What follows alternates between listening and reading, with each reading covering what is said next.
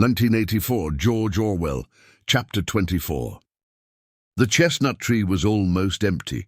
A ray of sunlight slanting through a window fell on dusty tabletops. It was the lonely hour of 15. A tinny music trickled from the telescreens. Winston sat in his usual corner, gazing into an empty glass. Now and again he glanced up at a vast face which eyed him from the opposite wall. "Big Brother is watching you," the caption said. Unbidden, a waiter came and filled his glass up with Victory gin, shaking into it a few drops from another bottle, with a quill through the cork. It was saccharine flavoured with cloves, the speciality of the cafe. Winston was listening to the telescreen. At present only music was coming out of it, but there was a possibility that at any moment there might be a special bulletin from the Ministry of Peace. The news from the African front was disquieting in the extreme. On and off, he had been worrying about it all day. A Eurasian army, Oceania was at war with Eurasia, Oceania had always been at war with Eurasia, was moving southward at terrifying speed. The midday bulletin had not mentioned any definite area, but it was probable that already the mouth of the Congo was a battlefield. Brazzaville and Leopoldville were in danger. One did not have to look at the map to see what it meant. It was not merely a question of losing Central Africa. For the first time in the whole war, the territory of Oceania itself was menaced. A violent emotion, not fear exactly, but a sort of undifferentiated excitement flared up in him, then faded again. He stopped thinking about the war. In these days, he could never fix his mind on any one subject for more than a few moments at a time. He picked up his glass and drained it at a gulp. As always, the gin made him shudder and even retch slightly. The stuff was horrible. The cloves and saccharin, themselves disgusting enough in their sickly way, could not disguise the flat, oily smell. And what was worst of all was that the smell of gin, which dwelt with him night and day, was inextricably mixed up in his mind with the smell of those. He never named them, even in his thoughts, and so far as it was possible, he never visualized them. They were something that he was half aware of, hovering close to his face, a smell that clung to his nostrils. As the gin rose in him, he belched through purple lips. He had grown fatter since they released him, and had regained his old color. Indeed, more than regained it. His features had thickened, the skin on nose and cheekbones was coarsely red, even the bald scalp was too deep a pink. A waiter, again unbidden, brought the chessboard and the current issue of the Times with the page turned down at the chess problem. Then, seeing that Winston's glass was empty, he brought the gin bottle and filled it. There was no need to give orders. They knew his habits. The chessboard was always waiting for him, his corner table was always reserved. Even when the place was full, he had it to himself, since nobody cared to be seen sitting too close to him. He never even bothered to count his drinks. At irregular intervals they presented him with a dirty slip of paper, which they said was the bill. But he had the impression that they always undercharged him. It would have made no difference if it had been the other way about. He had always plenty of money nowadays. He even had a job, a sinecure, more highly paid than his old job had been. The music from the telescreen stopped, and a voice took over. Winston raised his head to listen. No bulletins from the front, however. It was merely a brief announcement from the Ministry of Plenty. In the preceding quarter, it appeared, the 10th three-year plan's quota for bootlaces had been overfulfilled by 98%. He examined the chess problem and set out the pieces. It was a tricky ending, involving a couple of knights. White to play and mate in 2 moves. Winston looked up at the portrait of Big Brother. White always mates, he thought, with a sort of cloudy mysticism. Always, without exception, it is so arranged. In no chess problem since the beginning of the world has black ever won. Did it not symbolize the eternal, unvarying triumph of good over evil? The huge face gazed back at him, full of calm power. White always mates. The voice from the telescreen paused and added in a different and much graver tone, "You are warned to stand by for an important announcement at 15:30. 15:30. This is news of the highest importance. Take care not to miss it. 15:30. The tinking music struck up again. Winston's heart stirred. That was the bulletin from the front. Instinct told him that it was bad news that was coming. All day, with little spurts of excitement, the thought of a smashing defeat in Africa had been in and out of his mind. He seemed actually to see the Eurasian army swarming across the never-broken frontier and pouring down into the tip of Africa like a column of ants. Why had it not been possible to outflank them in some way? The outline of the West African coast stood out vividly in his mind. He picked up the white knight and moved it across the board. There was the proper spot. Even while he saw the black horde racing southward, he saw another force, mysteriously assembled, suddenly planted in their rear, cutting their communications by land and sea. He felt that by willing it, he was bringing that other force into existence, but it was necessary to act quickly. If they could get control of the whole of Africa, if they had airfields and submarine bases at the Cape, it would cut Oceania in two. It might mean anything: defeat, breakdown, the redivision of the world, the destruction of the party. He drew a deep breath. An extraordinary medley of feeling, but it was not a medley exactly. Rather, it was successive layers of feeling, in which one could not say which layer was undermost, struggled inside him. The spasm passed. He put the white knight back in its place, but for the moment he could not settle down to serious study of the chess problem. His thoughts wandered again. Almost unconsciously he traced with his finger in the dust on the table, 2 + 2. "They can't get inside you," she had said, "but they could get inside you. What happens to you here is forever," O'Brien had said. That was a true word. There were things, your own acts, from which you could never recover. Something was killed in your breast, burnt out, cauterized out. He had seen her. He had even spoken to her. There was no danger in it. He knew, as though instinctively, that they now took almost no interest in his doings. He could have arranged to meet her a second time if either of them had wanted to. Actually, it was by chance that they had met. It was in the park, on a vile, biting day in March, when the earth was like iron and all the grass seemed dead and there was not a bud anywhere except a few crocuses which had pushed themselves up to be dismembered by the wind. He was hurrying along with frozen hands and watering eyes when he saw her not 10 meters away from him. It struck him at once that she had changed in some ill-defined way.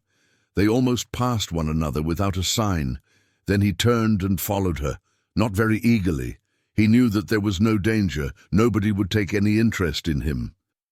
She did not speak. She walked obliquely away across the grass as though trying to get rid of him, then seemed to resign herself to having him at her side. Presently they were in among a clump of ragged leafless shrubs, useless either for concealment or as protection from the wind. They halted. It was vilely cold. The wind whistled through the twigs and fretted the occasional dirty-looking crocuses. He put his arm round her waist. There was no telescreen, but there must be hidden microphones. Besides, they could be seen. It did not matter. Nothing mattered. They could have lain down on the ground and done that if they had wanted to. His flesh froze with horror at the thought of it. She made no response whatever to the clasp of his arm. She did not even try to disengage herself. He knew now what had changed in her. Her face was sallower, and there was a long scar, partly hidden by the hair, across her forehead and temple. But that was not the change.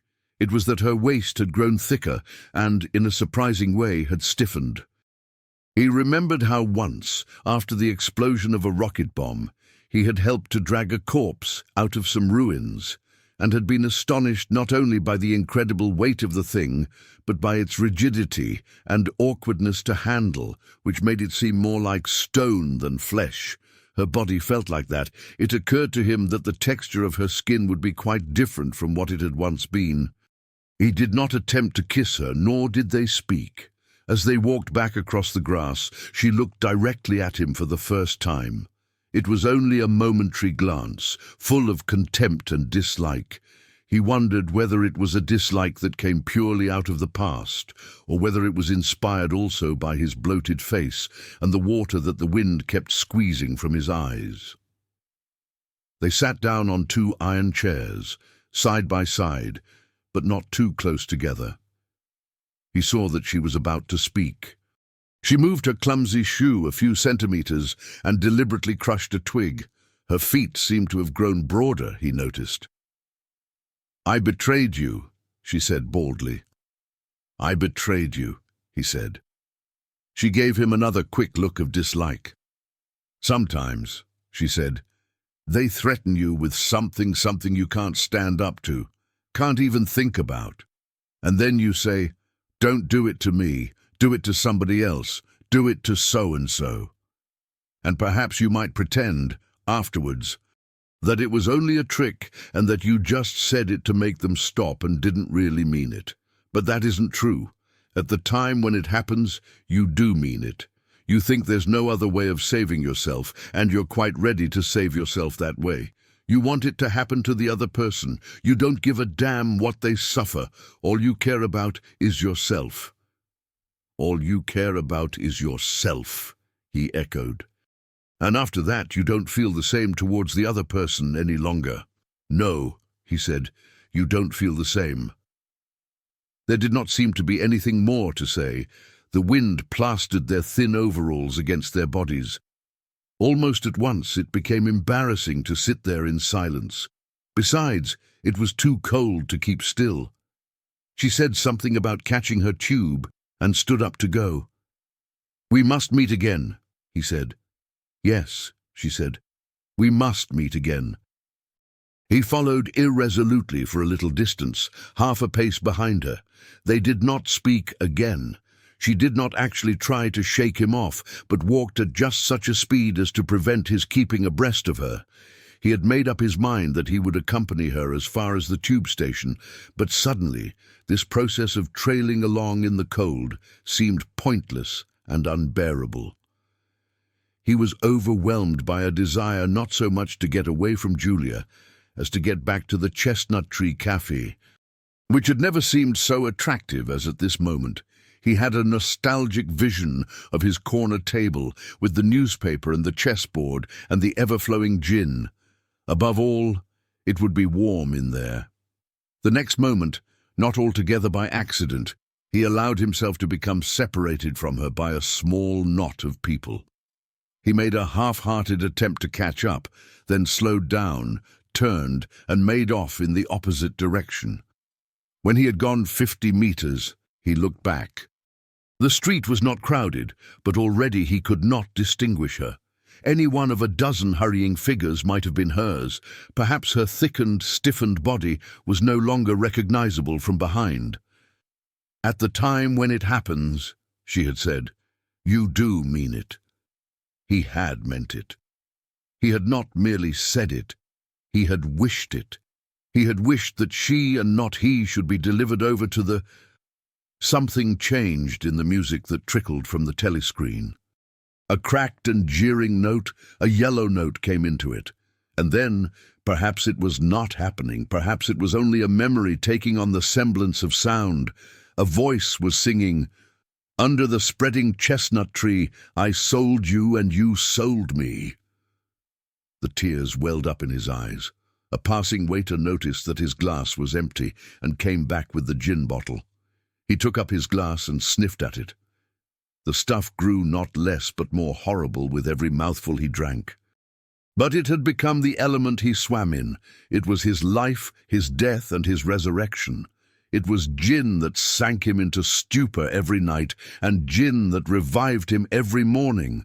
When he woke, seldom before 1100, with gummed-up eyelids and fiery mouth and a back that seemed to be broken, it would have been impossible even to rise from the horizontal if it had not been for the bottle and teacup placed beside the bed overnight. Through the midday hours, he sat with glazed face, the bottle handy, listening to the telescreen. From 15 to closing time, he was a fixture in the Chestnut Tree. No one cared what he did any longer. No whistle woke him. No telescreen admonished him.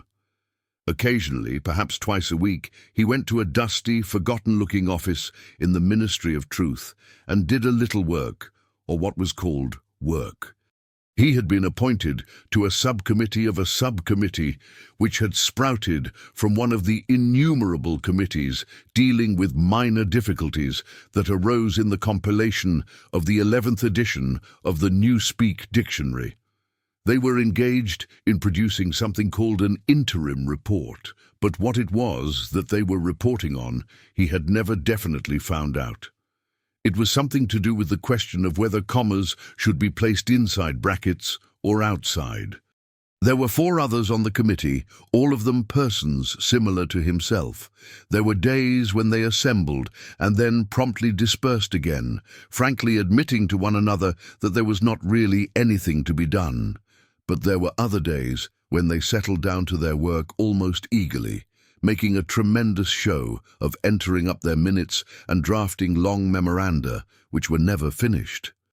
When the argument as to what they were supposedly arguing about grew extraordinarily involved and abstruse, with subtle haggling over definitions, enormous digressions, quarrels, threats even, to appeal to higher authority.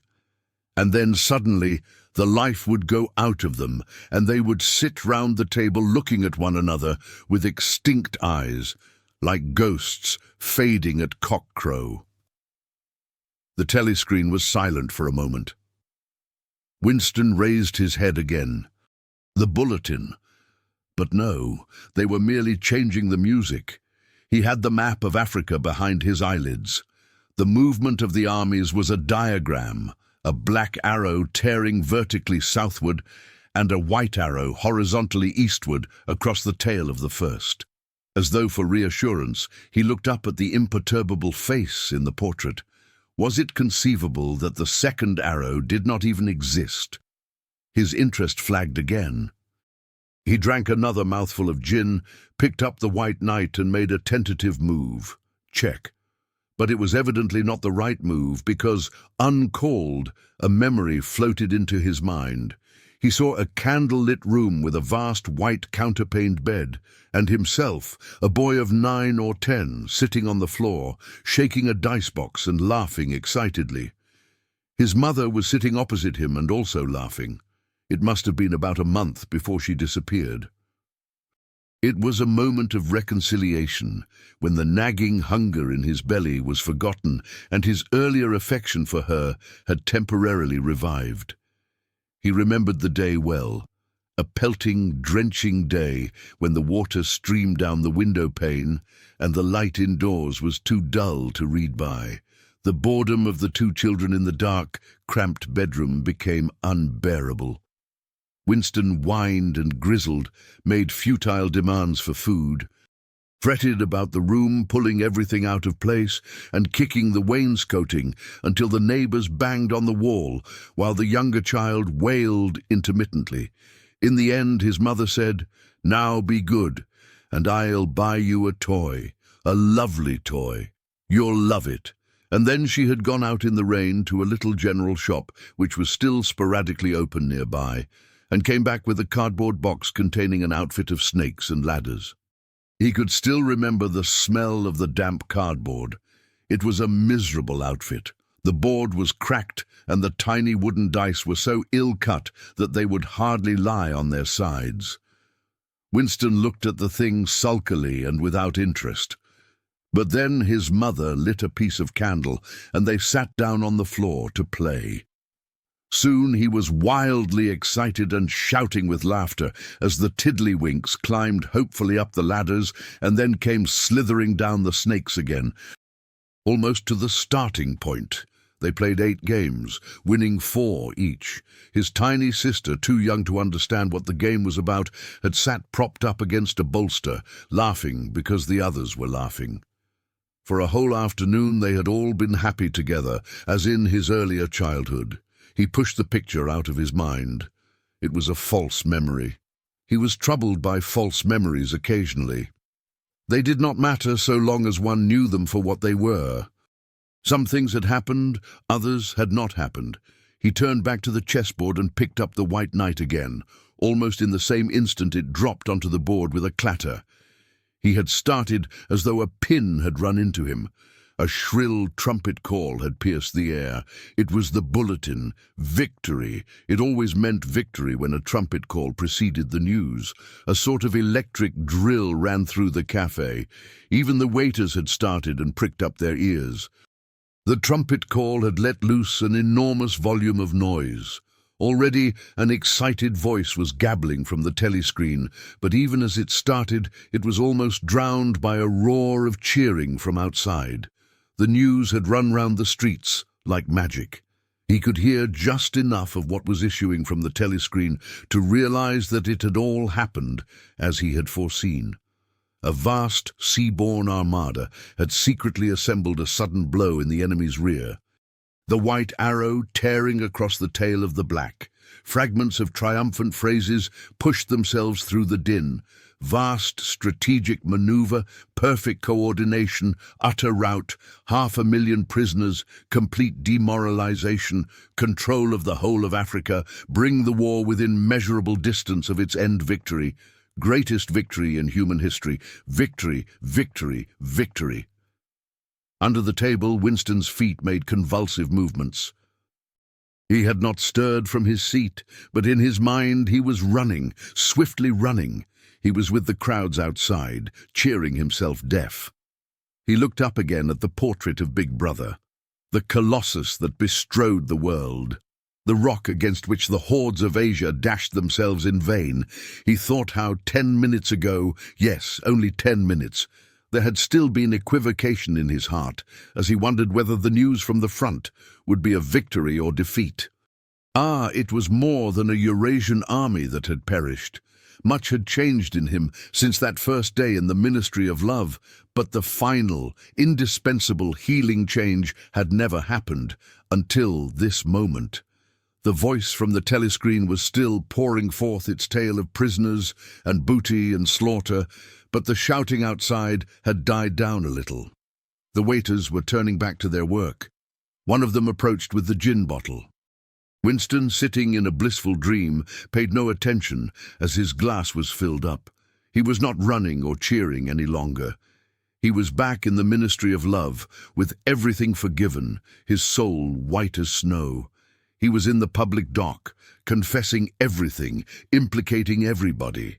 He was walking down the white-tiled corridor with the feeling of walking in sunlight and an armed guard at his back. The long-hoped-for bullet was entering his brain. He gazed up at the enormous face. 40 years it had taken him to learn what kind of smile was hidden beneath the dark moustache. Oh, cruel, needless misunderstanding. Oh, stubborn, self-willed exile from the loving breast. 2 gin-scented tears trickled down the sides of his nose. But it was all right. Everything was all right. The struggle was finished. He had won the victory over himself. He loved Big Brother.